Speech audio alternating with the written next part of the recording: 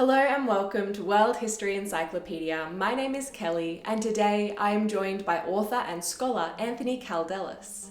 Anthony is a professor in the Department of Classics at the University of Chicago, and his research explores the history, culture, and literature of the East Roman Empire from antiquity to the 15th century. Today, we get to chat to Anthony all about his new book, The New Roman Empire, A History of Byzantium, published by Oxford University Press.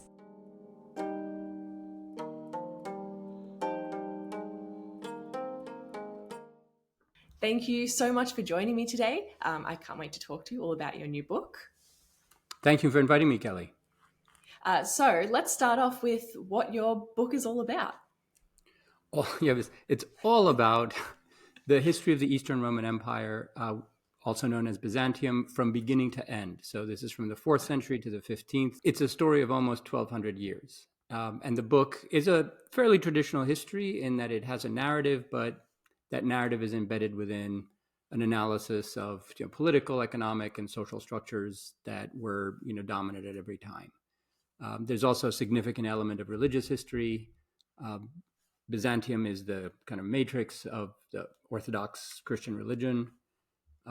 So all of those elements come together in that story. It's a very long story. It does take 900 pages to tell in proper detail. So that's what the book is. Right, so you've not sort of just done a general introduction to the empire, but you've really gone deep into all of the aspects of it. That's right.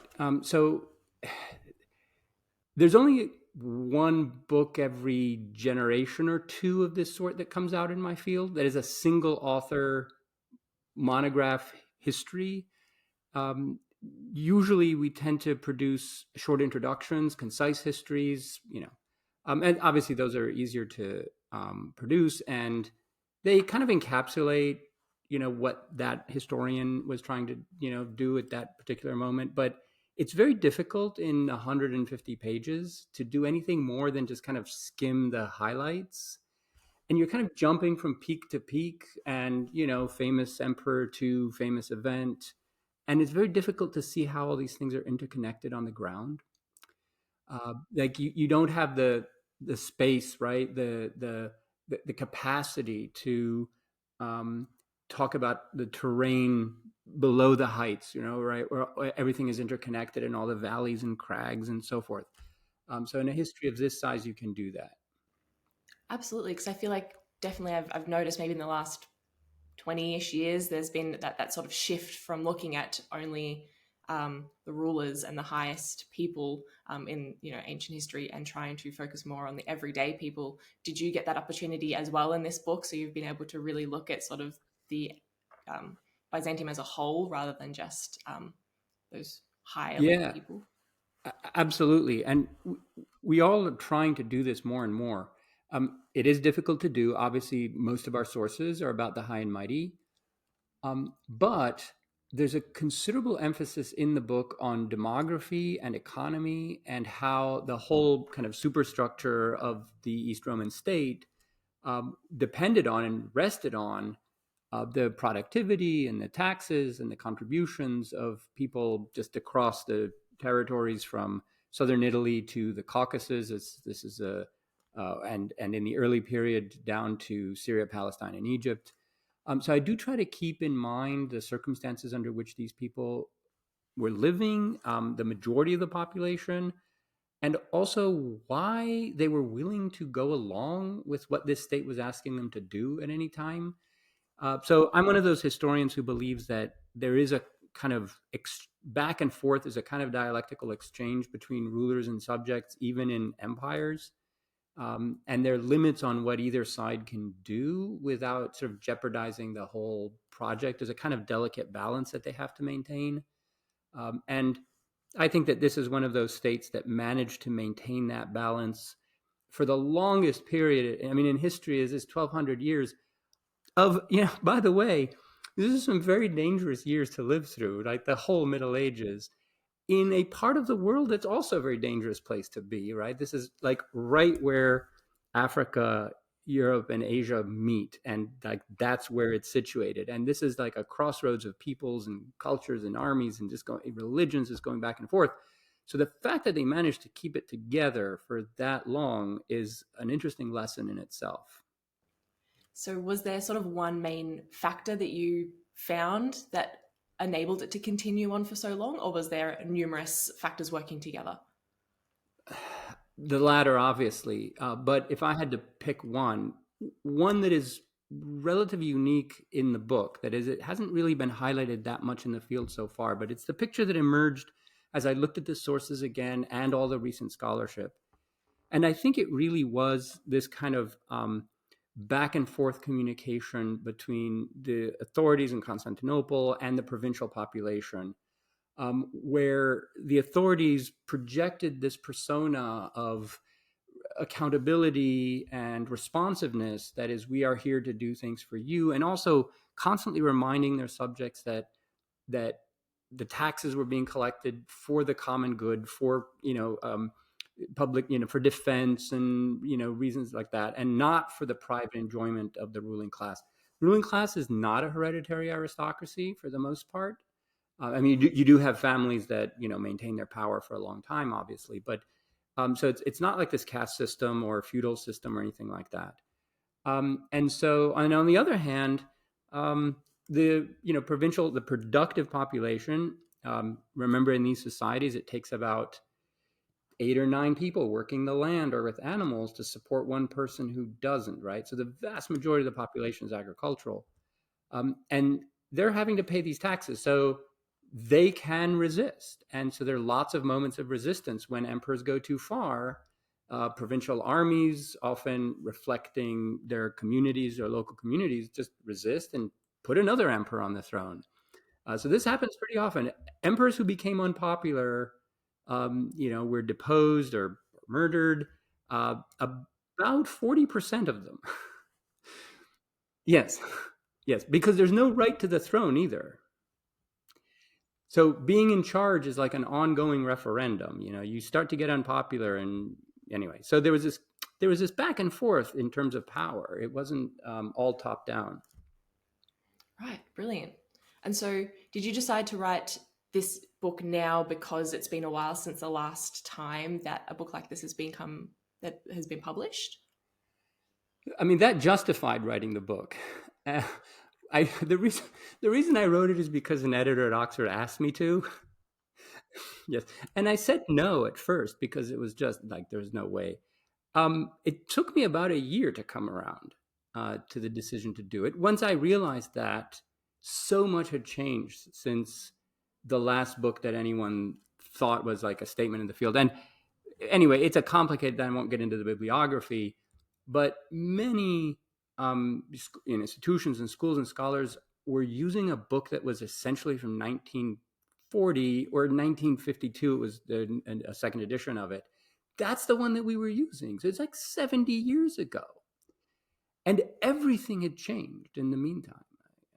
Anyway, so yes, it was time. Yeah, if I saw that in the bibliography of one of my students' essays, I'd probably be like, oh, maybe find something a little bit more recent than this. Yes. Well, so did you, obviously you realized that there was a whole lot of changes that had happened since that last book. Whilst you were researching, did you find anything surprising that you didn't realize during that sort of process? Well, so I've been trying to keep up with, all 12 centuries of my field, uh, on and off, during the few decades that I've been working in this field. So I don't think I was surprised by anything specific that I found. Uh, I did have to research some areas that I wasn't so up to speed on, but it's not like I was terribly surprised by that. What I did find striking, probably what made the biggest impression on me, was how much good work so many of my colleagues have been doing in this field. And I'm referring specifically to younger scholars who are, often they're like overturning the pieties of the past or, conventional wisdom. They're doing a lot of good work. And this has surprised me that they're continuing to do that under professional conditions that are not ideal. right? Precarious work, you know, lacking benefits, not knowing where you're going to be employed next year. I'm one of the very lucky ones who, you know, got a good academic position out of grad school and have had one ever since. And so I really, really feel for the younger generation and relied on their work and cited it, you know, wherever I could. I don't know how sustainable this model is for much longer. I mean, the what sort of neoliberal austerity is doing to universities around the world is sort of sad to see. So I was very proud of all my, especially junior colleagues. That's brilliant. That's really nice to hear. Obviously, that you were able to incorporate this incredible research Yeah. that younger scholars are doing. Um, so often with empires and kingdoms, we get this narrative of rise and fall, or rise, decline, and fall. But that's not something that you have employed in your book. Can you tell us a bit about how you've sort of approached it instead? Sure. Well, the narrative of rise and decline, so the canonical model is the Roman Empire, right? So when we're talking about the fall of empires, we mean Rome 90% of the time and 10% everything else, right? And the 10% is usually, are we like Rome? In any period of history, it's like, are we like Rome? Okay. The problem with my field is that the period that I study has canonically, for the past 2 or 3 centuries, been identified as the period of the decline and fall of Rome. So, like in Enlightenment historiography, like Edward Gibbon or Montesquieu, his model, like Byzantium literally was the decline and fall phase, right? Um, Not just for like political and military reasons and, you know, what you would imagine, but also like the whole culture was a kind of degenerate. Either it was politically despotic or oppressive, and its religion was superstitious and, you know, whatever, intolerant and so forth. So obviously, yeah, 20th century historians dispense with a lot of that, uh, but we haven't put anything really in its place. So, I think it's not enough to simply protest and complain, lodge your protest when someone uses the word decline. I mean, obviously, there were phases of decline; you can't avoid that. And if there weren't, this thing would still be with us, and it's not, right? But in terms of sort of the popular perception of what this is, what it was, what does it mean for us as a state, among other things? I mean, it means a lot of things to different people. It's, as I said, the kind of birth culture of Greek Orthodoxy, or the Orthodox Church, and its theologies and so forth. It also created Roman law as we know it. It's a whole other story. You think of Hagia Sophia also, like the most magnificent church in the world, or building, in fact, for very many centuries during the Middle Ages. Fine. But I think a case can be made that its sheer resilience is the lesson to be learned here. That is the fact that it actually managed to survive for that long in those circumstances, which I mentioned earlier, right? So rather than seeing it as decline and fall, I think we should flip that on its head and see it very precisely as a system that, you know, for its time and the circumstances and political and religious ideologies that were dominant at the time, was extremely adept at surviving crises.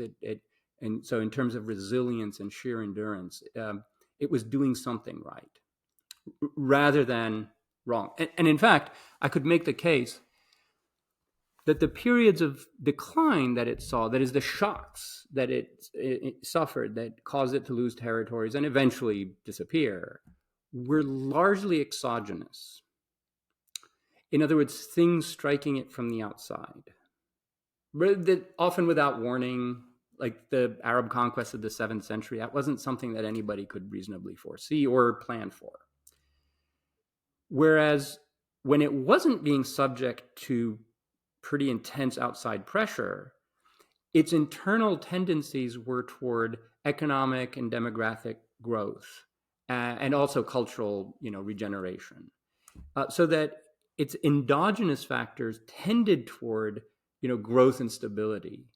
And so in that sense, perhaps you can fault them for not being ready for these outside shocks that came their way at various times. But in terms of the structure of the culture and this kind of political arrangement between its ruling elites and the population at large, I think it was fairly well positioned for stability and slow growth. Slow growth, not Alexander the Great kind of conquest or anything like that, which they weren't terribly like impressed with, but slow growth. Right. That's so interesting. So, would you say then that this sort of connection with decline and fall is the reason why Byzantium has such a negative sort of reputation in Western scholarship, or is there something else going on there? Yeah, so there are two reasons why that came about. And by the way, many people in your audience will know that the term Byzantine, just in the dictionary, refers to something that's very complex and convoluted, so complex that it's designed to exclude people from understanding it or working its systems, and that it's also somewhat malicious. In fact, last year I had to wage a battle with a different field altogether. This is computer programmers who were using the term Byzantine in their professional publications to refer to malicious software. Yeah, a particular type of program that is not what it appears to be, but is acting in bad faith. Yeah, so these associations and connotations have sort of penetrated pretty deeply. So there are largely two reasons why this came about. The first is that for a long period in the Middle Ages, so medieval Western Europeans, so we're talking about people in like, Italy north of Rome and north of Rome, and then also in France and the German Empire. They were doing two couple of things. One is they were appropriating sort of cultural practices and prestige practices from the Eastern Empire. Things like the Roman imperial title and like how do you perform being a Roman emperor? Right? But also many, things like Roman law, which, as I said, was codified in the East, in Constantinople by Justinian in the 6th century, rediscovered in the West later in the later 12th century and sort of appropriated, right? Also, very many aspects of the Christian religion, from practice to doctrine to texts to whatever. And each time these things were appropriated in the West, they were recast as belonging inherently, sort of naturally, to Western Europeans. And these Eastern Romans, whom they called Greeks, dismissively, this was not a flattering term in the Western Middle Ages, were no longer worthy of them. Right? I'll give you an example from a bit later. Classical Greek literature. Right? So all ancient Greek literature that we have in Greek, we have because it was copied, laboriously and carefully throughout this East Roman millennium, right? They were the only Greek speakers around. And in the 15th century, mostly, it kind of passed over to Italy, and the Italian humanists received it, right? Because only Eastern or Greek scholars could work with it at the time. Very few people in Italy could even read Greek. Well, within a century, the classical Greek texts had been appropriated as something that was kind of inherent to Western scholarship, humanism, and they were claiming that the East is no longer worthy of it because they've been barbarized like completely. Right? So, in other words, for Europe to kind of invent itself as being kind of Roman imperial in some way, Christian Orthodox in some way, as having access to classical Greek learning in some way, they did it in a way that denied that those Easterners had a right to it. And in order to do that, they had to present them as being sort of false Romans, but rather they were like deceitful Greeks, bad Christians. They either like didn't respect the Pope or their religion was too superstitious or whatever, depending on the period. And that their language, their Greek, was like barbarized and degenerate, right? So Byzantium had to become this package. It was like the dark mirror of Europe. It's where you take all of the things that later Europe, like Enlightenment Europe and later, took pride in, and there's their negative, reverse negative image, like everything that was wrong with those things. Right? So that's one way that Byzantium was imbued with all of these negative traits. The other one was simply that, well, I mean, in the Enlightenment, so a lot of these thinkers, political theorists and the philosophers and so forth, well, they couldn't speak very candidly about their own kings and archbishops or popes or whatever. And so Byzantium, at the time they called it the Empire of the Greeks, Byzantium is a slightly later term, it just became a convenient way for talking about all of these dysfunctions of theocracy, or a society that lacks civic virtue or is despotic, or where priests have too much power and so forth. So it was just kind of like a handy surrogate for discussion. Yeah. And it just kind of, it was left holding that image. That's so interesting. So it's almost like using that as like a keyword, like, oh, we can't use the real names, we'll use them instead, but you know what I'm actually talking about. And then it's sort of just... Oh, yeah. And it became established in like all the European languages. So I mentioned earlier what Byzantine means in English. But like I found that in Italy, in the later half of the 19th century and into the fascist period in Italy, Byzantium was a code word for all the dysfunctions of the Italian bureaucracy, especially in like the south of Italy. So like what today we consider like the mafia land, like all that, they just called it, Byzantium, like it was their code for that. Yeah, yeah. And there were periods where, like in France, Byzantium was like a code word for like Oriental decadence, which for the French wasn't always a bad thing. Honestly, there was 100 years ago, there's a very prominent Byzantinist, Charles Deal, and he thought that he was rehabilitating Byzantium by identifying it with Oriental decadence. Like, isn't that nice and exotic? Yeah, wow. Yes, thank you. That's so interesting. And I guess that's all things now that you're like, well, let's refocus on what Byzantium actually is, which is not right.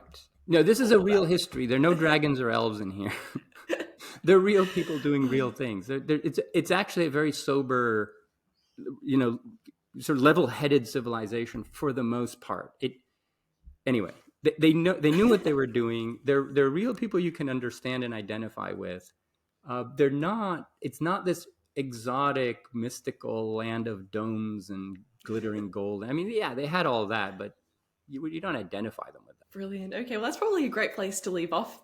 Anthony, thank you so much for joining me today. It's been a pleasure talking to you about your new book. Thank you, Kelly, for willing to speak with me about Byzantium. And I hope people are willing to, this civilization lasted for 1,000 years, so give it some of your time and read some of the book. I've tried to make it very accessible to everyone. So thank you, Kelly. Which is great to hear. So if you're looking to purchase the book, you will be able to find the link down below to Oxford University Press.